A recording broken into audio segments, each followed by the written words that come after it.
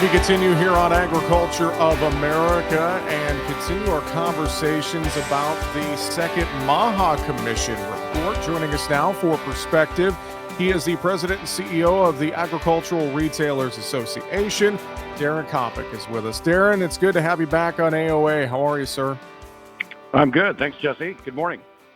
Great to talk with you about this. We just had some conversation about it with Alexandra Dunn from Crop Life America. And when we talked about it with her, mentioned that a lot of folks in agriculture happy with the outcome of this second MAHA Commission report.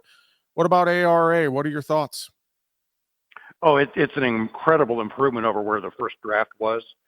And through a lot of hard work and led by our colleagues at Crop Life America, the report really recognizes the importance of having tools in the toolbox for growers to be able to produce the food that we need, and for having a science-based regulatory process that fairly and objectively evaluates those tools. So we're quite happy with where the movement happened in the pesticide area. Well, and thinking about this, of course, from all of your members at the Ag Retailers Association, I mean, these are the tools that they produce for farmers. And, something that we talked about a bit, I'd love your thoughts on this.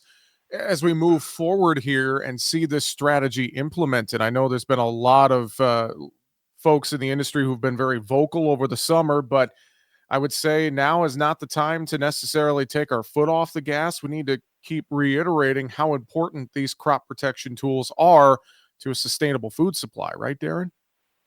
Absolutely. We could not produce what we do today in the quality and quantity that we do as an industry without having all of these tools in the toolbox.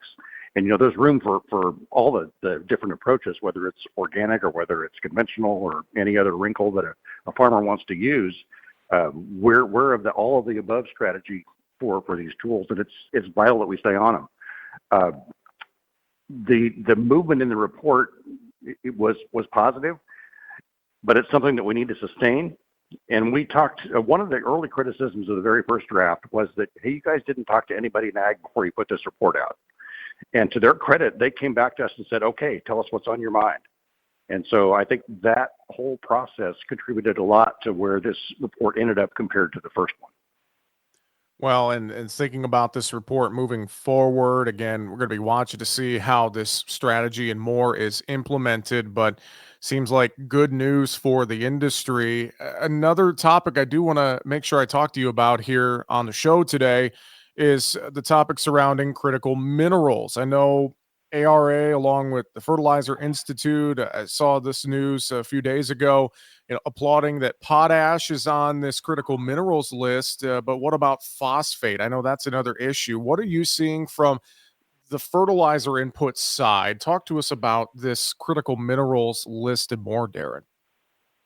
Well, the whole idea behind that list is that it will streamline permitting for getting those critical minerals out of the ground.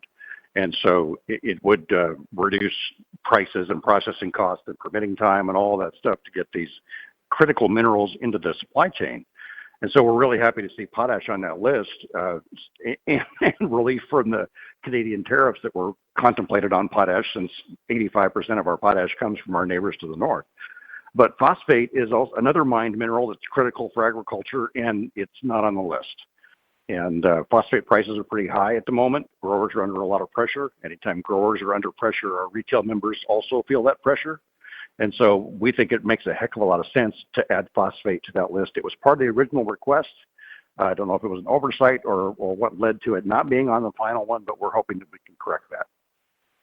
And, I think this is a broader issue to think about amid all of the trade and tariff concerns. And you look at just input prices in general right now, fertilizer prices, a lot of farmers concerned about where things stand with a lot of those prices compared to commodity, the price of commodities and more. So I think that trying to get some of these products onto a critical minerals list and seeing more of this, getting pulled out of the ground, going to be super important here as we navigate this ag economy right now, Daren.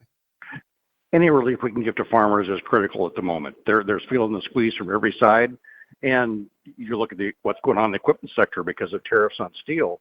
There's going to be a lot of pain and a lot of reduced demand in the equipment side that these farmers are going to feel too. But, the phosphate is important not only as a fertilizer critical mineral, it's important in the production of glyphosate also, which is used on a whole lot of acres around our country and a pretty critical product. So it's important in a couple of ways. Very true. Very true. We got about a minute and a half here, Darren. Anything else you would add on that topic, or back on the MAHA report, or anything else happening with the Ag Retailers Association you would share with folks today? Well, we're also working on some seasonal CDL relief legislation that Congressman Tracy Mann out of Kansas is leading for us. I think there's good momentum behind that should provide some relief on the driver front. But I'd circle back to the point I think you made at the very first is just because we have a small victory on where MAHA moved doesn't mean we can let up. We've got to keep the pressure on and the dialogue open with the administration as they move to implement this report. That is a great, great point. And of course, a lot of things happening. And I know if folks want to stay up to date on issues that you guys are working on at the Agricultural Retailers Association, they can go online to aradc.org. That's aradc.org for more information. Daren Coppock, always good to hear from you, sir. Thanks for making some time to join us today on the show. I know you're busy traveling and more. We'll look forward to having you back on down the road. Until then, have a great weekend, Daren. Thanks so much. Sounds good. You too. Thank you.